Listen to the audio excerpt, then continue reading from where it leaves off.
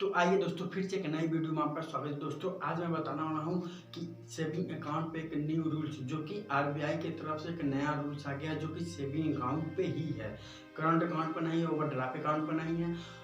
जो कि पूरा पूरा फोकस है सेविंग अकाउंट पे आरबीआई की है। तो उसी के बारे में आज बताने वाला हूँ, समझाने वाला हूँ। चैनल पर पहली बार आए तो चैनल को सब्सक्राइब कर लीजिए, बेल आइकन नोटिफिकेशन को ऑल प्रेस कर लीजिए ताकि मैं जो भी वीडियो डालूँ आपके नोटिफिकेशन में जाए। एक इन्फॉर्मेशन नोटिस है, अगर चैनल को पहले से सब्सक्राइब करके रखे हैं तो तहे दिल से धन्यवाद। चलते हैं टॉपिक को समझते हैं क्या मसला है। सबसे पहले दोस्तों आज मैं बताने वाला हूँ कि यहाँ पे दिया गया है new rule saving accounts 2025 limit. क्या लिमिट होने वाला है आज इसी बारे में समझाने वाला हूँ। सबसे पहले दोस्तों आपको एक इन्फॉर्मेशन देना चाहता हूँ। इन्फॉर्मेशन ये है कि दोस्तों एक वित्तीय वर्ष को क्या किसे कहते हैं, एक वित्तीय वर्ष होता क्या है, आपको एक लिखित समझाता हूँ। एक वित्तीय वर्ष को आपको मैं लिखित में समझाता हूँ, आप समझिए। जैसे एक वित्तीय वर्ष क्या होता है, आपको नहीं पता है तो आप समझ लीजिए। एक वित्तीय वर्ष ये होता है कि 1/4/2024 से 31/3/2025 यानी इसको हम लोग एक वित्तीय वर्ष बोलते हैं। क्या बोलते हैं इसको, हम एक वित्तीय वर्ष बोलते हैं। वैसे तो इंग्लिश कैलेंडर से आपको साल 1 जनवरी को ही साल कहा जाता है, लेकिन आपके एक वित्तीय एक हिंदी जो गणना होती है, जो कि अभी भी हिंदी गणना चल रही है, जो कि यहाँ से माना जाता है कि 1 अप्रैल से और 31 मार्च तक जो उसको एक वित्तीय वर्ष बोला जाता है। सरकारी महीने से उसको वित्तीय वर्ष बोला जाता है, एक साल हुआ है। तो आपको यहाँ पे मैं समझाना होगा कि एक वित्तीय वर्ष में आप निकासी कितना कर सकते हैं, जमा कितना कर सकते हैं, यूपीआई से ट्रांजेक्शन कितना कर सकते हैं और एफडी कितना कर सकते हैं आप एक वित्तीय वर्ष में, जो कि आज मैं समझाने वाला हूँ, बताने वाला हूँ। वीडियो को ध्यान से देखिए लास्ट तक, ये वीडियो आपके लिए बहुत इंपॉर्टेंट है। अगर आपके पास एक सेविंग अकाउंट है तो इस चीज़ को समझ लीजिए, जान लीजिए। करंट अकाउंट के लिए तो मैं बताऊँगा नहीं, ओडी अकाउंट के लिए तो मैं बताऊँगा नहीं, क्योंकि उनके पास ऑलरेडी जीएसटी है। बिना जीएसटी के करंट अकाउंट ओपन होता नहीं है। बिना OITR हर महीने हर साल फाइल करते होंगे ITR, जायज़ सी बात है। तो उनके लिए तो ये वीडियो नहीं है, लेकिन अगर उनके पास सेविंग अकाउंट है तो वो लोग भी इस वीडियो को देख सकते हैं ध्यान से, इत्मीनान से। चलते हैं समझते हैं।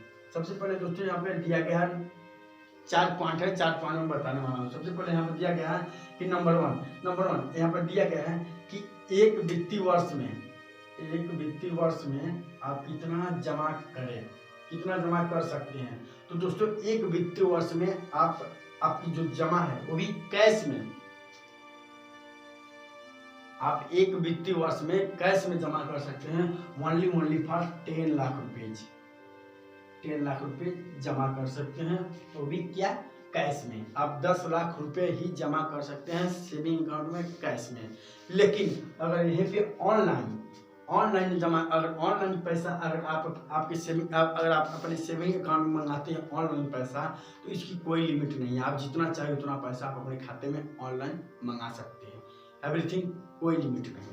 ऐसा आरबीआई की तरफ से रूल्स है।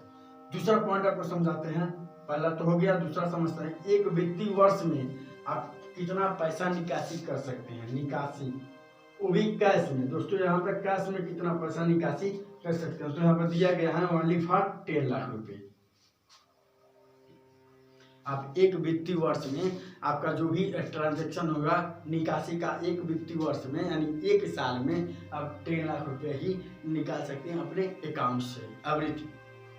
उसके ऑनलाइन तो आप जितना चाहे उतना निकासी कर सकते हैं, कहीं भी ट्रांसफर कर सकते हैं, सेंड कर सकते हैं, कोई लिमिट नहीं। RTGS कर सकते हैं, नेफ्ट कर सकते हैं, जो कि IMPS भी कर सकते हैं, सारा चीज़ कर सकते हैं। जो भी इसमें फैसिलिटी दिया गया है सारा कर सकते हैं, लेकिन कैश में, ओनली कैश में दिक्कत है।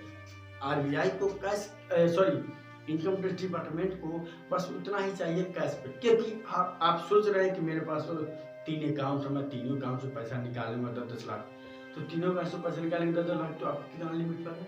20 लाख लिमिट ओवर पार कर गए।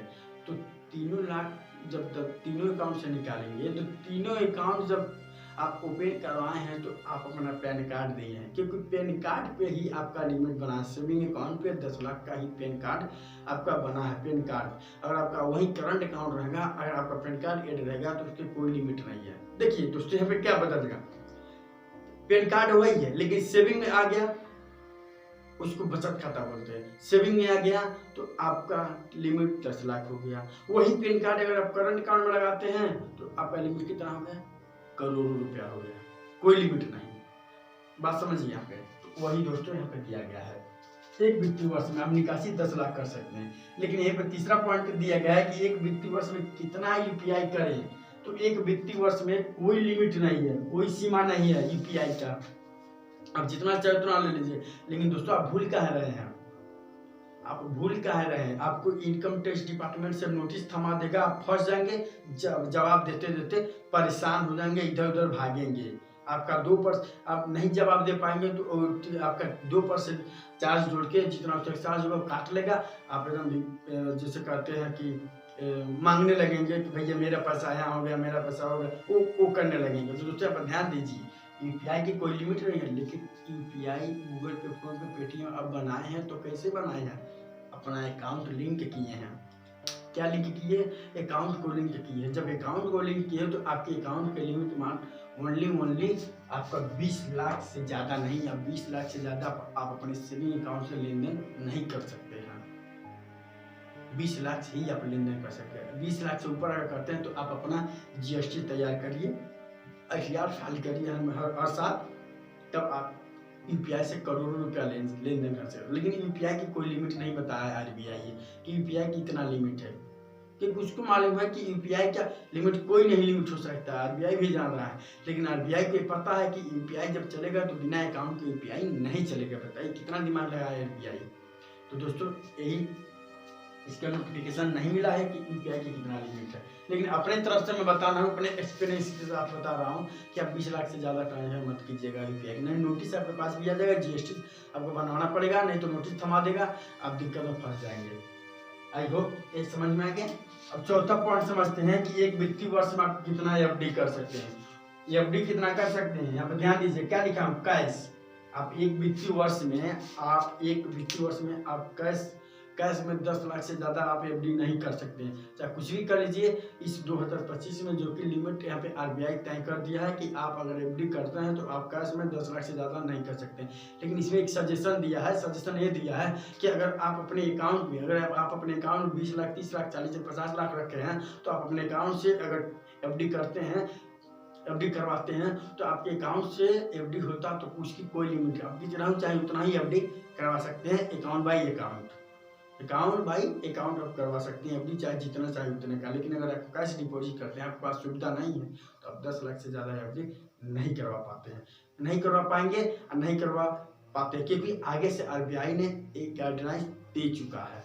तो आई होप कि ये सारा इन्फॉर्मेशन आपको समझ में आया। मेरा कहने का मतलब है कि अगर आपके पास मन में एक भावना है, एक शंका है कि एक व्यक्ति के कितने अकाउंट हो सकते हैं, तो दोस्तों एक व्यक्ति के अकाउंट बहुत सारे हो सकते हैं, लेकिन उसको मैनेज कैसे किया जाएगा? दोस्तों अगर आपके पास 10 अकाउंट है, 15 अकाउंट है, तो आप उसको मैनेज कैसे करेंगे? मैनेज की बात छोड़िए, आप उसको मेंटेन कैसे करेंगे? हर अकाउंट में 2-2 हज़ार रखना पड़ेगा, आप उसको मेंटेन कैसे करेंगे? तो मेरा सजेशन यही है, मेरा रिक्वेस्ट यही है कि आपके पास 2 से 3 अकाउंट, आपके पास सेविंग अकाउंट होना चाहिए। आप अपने अकाउंट को मैनेज कर सकते हैं बहुत आसानी से। तो आई होप कि ये इन्फॉर्मेशन आपको समझ में लाइक कीजिएगा, नहीं समझ डिसलाइक कीजिएगा। फिर मिलते हैं अगले वीडियो में किसी अगले टॉपिक के लिए, तब तक जय हिंद, जय भारत।